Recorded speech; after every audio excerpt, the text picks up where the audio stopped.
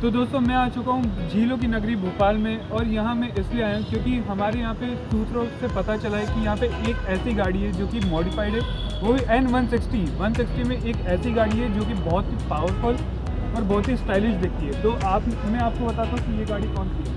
ये है N160। तो दोस्तों आज मैं यहाँ पे करने वाला हूँ ओनरशिप रिव्यू, जो कि है N160 पे। इस पे मॉड भी चढ़ चुके हैं 3000 तक के, और ये 2500 किलोमीटर चल भी चुकी है। तो मैं बुलाना चाहता हूँ आदेश को, जिसकी ये गाड़ी है। कैसे हो? और आदेश कैसे हो? बढ़िया। तो आदेश बताइए, ये आपने कैसे लेने का सोचा ये गाड़ी?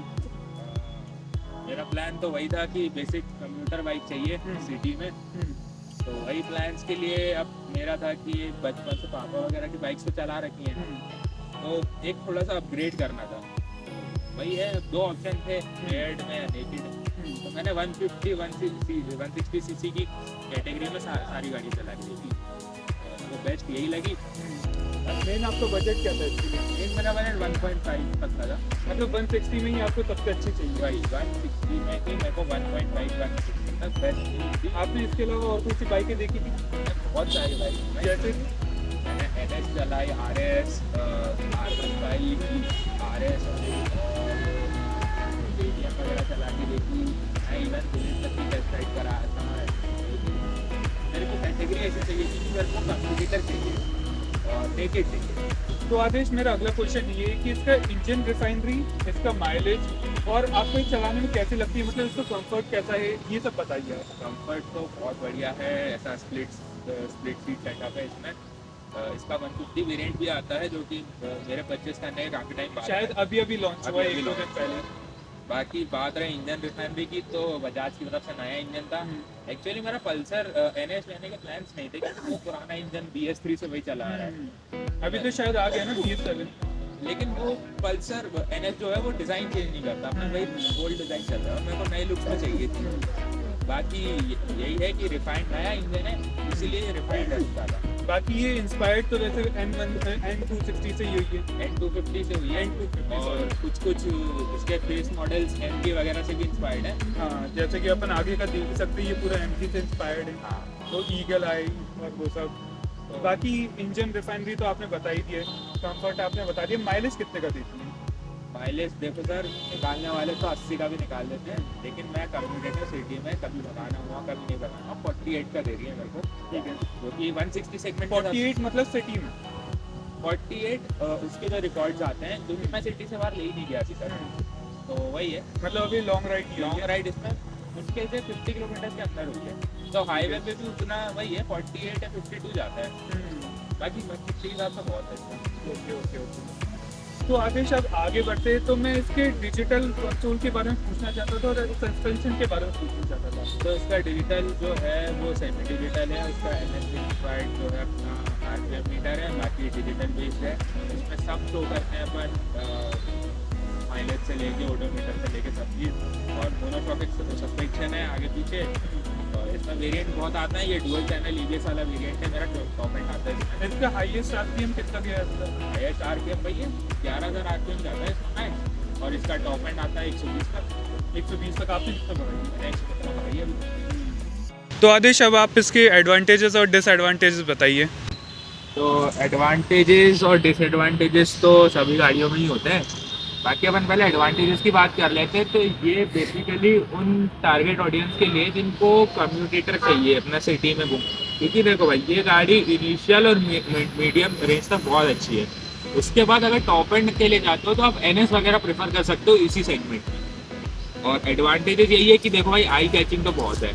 मैंने मॉड अपने दिल से इतने अच्छे मॉड कर रखे हैं कि बहुत लोगों की नजरें आती हैं इस पर। तो गौरव भाई अपन ने इतनी बातें कर ही ली हैं, तो मॉड के बारे में भी जान लो आप थोड़ा। कर लेते हैं। तो भाई गाड़ी में अपन ने मॉड कर रखे हैं। सबसे पहले तो ये अपने बाइक के रिम कवर, ये हाफ वाले हैं। ये मेरे को दोनों सेट अप्रॉक्स 700 के पड़ गए थे।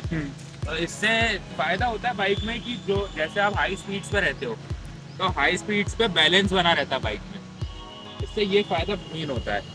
अब अपन नेक्स्ट मॉड की तरफ आए तो आप एक क्लोज दिखा दो। ये मैंने इंडिकेटर्स के अंदर LED लगवा रखी है, क्योंकि क्या होता है अपन जब 1000 लगवाते हैं तो वो हेलोजन बल्ब जो होते हैं वो हाई पावर के होते हैं। अब हाई पावर के हेलोजन बल्ब क्या है, आपकी बैटरी फूक देंगे बहुत जल्दी, तो इससे यही फायदा होता है एलईडी लगवाने से कि आपकी बैटरी बहुत चलती है। तो अब मैं आपको बता भी देता हूँ कि ये दिखते कैसे हैं। ये बढ़िया एकदम रात में इफेक्ट आता है इसमें, और क्योंकि फास्ट होते हैं एलईडी कंपैरेटिवली, पैटर्न वगैरह अच्छे चलते हैं। तो नेक्स्ट अपन आते हैं, अपन ने मीटर गार्ड लगवा रखा है, जो कि बहुत सही चीज़ होती है गाड़ी के लिए, क्योंकि कोई भी स्क्रैच वैच कभी भी कुछ भी आ सकता है, तो मीटर गार्ड बहुत ज़रूरी होता है बाइक्स में। मैं अपना नहीं, सभी बाइक से कह रहा हूँ। और इसके बाद अपन ने लीवर गार्ड्स लगवा रखे। लीवर गार्ड्स क्या होता है भाई, देखो सिटी में किसी का कोई भरोसा नहीं है, अपन तो अच्छे से चला रहे हैं, क्यों करो भाई, अपन तो अच्छे से चला रहे हैं, बाकी सबका किसी का कोई भरोसा नहीं होता, तो मैंने दोनों साइड ये लीवर गार्ड लगवाया। बाकी आपके साथ तो कई सारे इंसिडेंट हो भी चुके एक्टिवा से आपकी। एक्टिवा से अब वो होता रहता है, वो बात की बात है।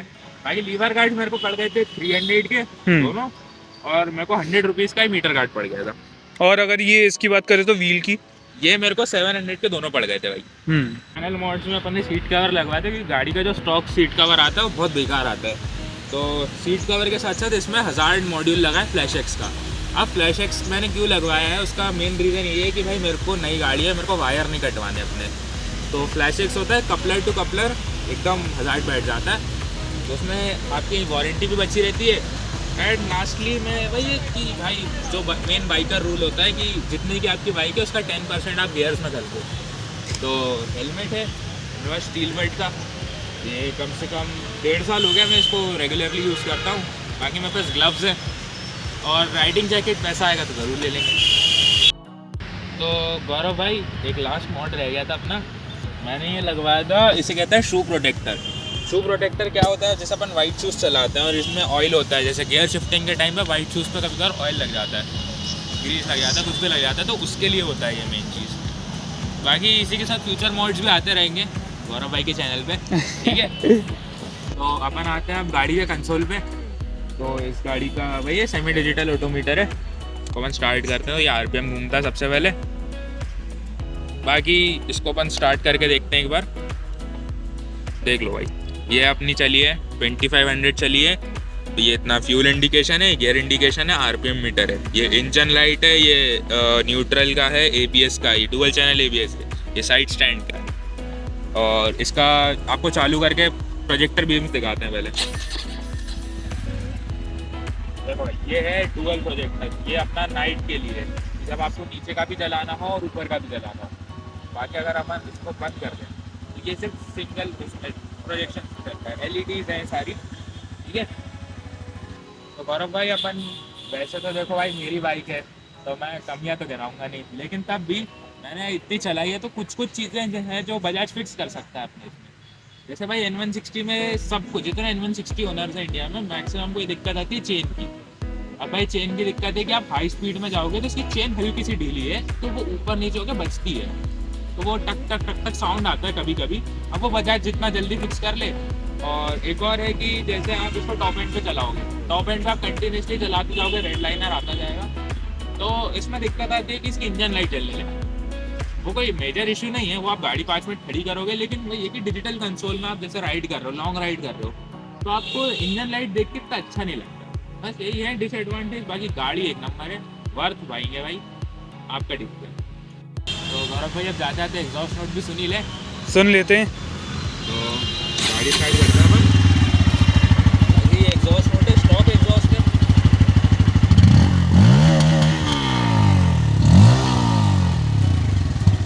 स्टॉक एग्जॉस्ट है तो सही साउंड आता है उसके हिसाब से। तो गौरव भाई जैसे जो अभी और बाइक्स आ रही हैं उनकी तरह इसमें भी बजाज ने एक नया फीचर दिया है, ये अपना चार्जिंग का।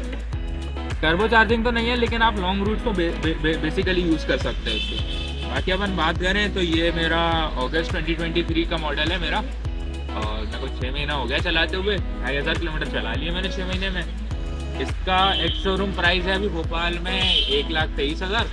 आप फिर उसका आईटीओ करेंगे, ये सब करेंगे, तो वो आपको 1.55 की पड़ जाती है।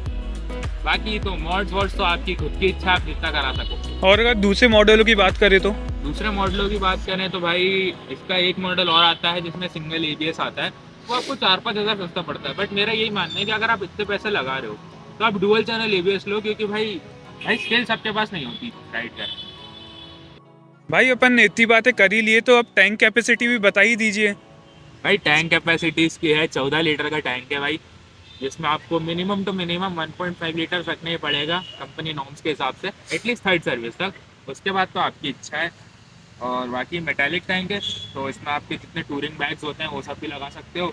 बाकी बाकी फाइबर बॉडी है, अच्छी क्वालिटी की बॉडी है, कोई दिक्कत नहीं आती। मैं तो टॉप एंड पे इतना खींच चुका हूँ, मेरे को आज तक वॉबलिंग का कुछ नहीं आया, कुछ कोई सीन नहीं है।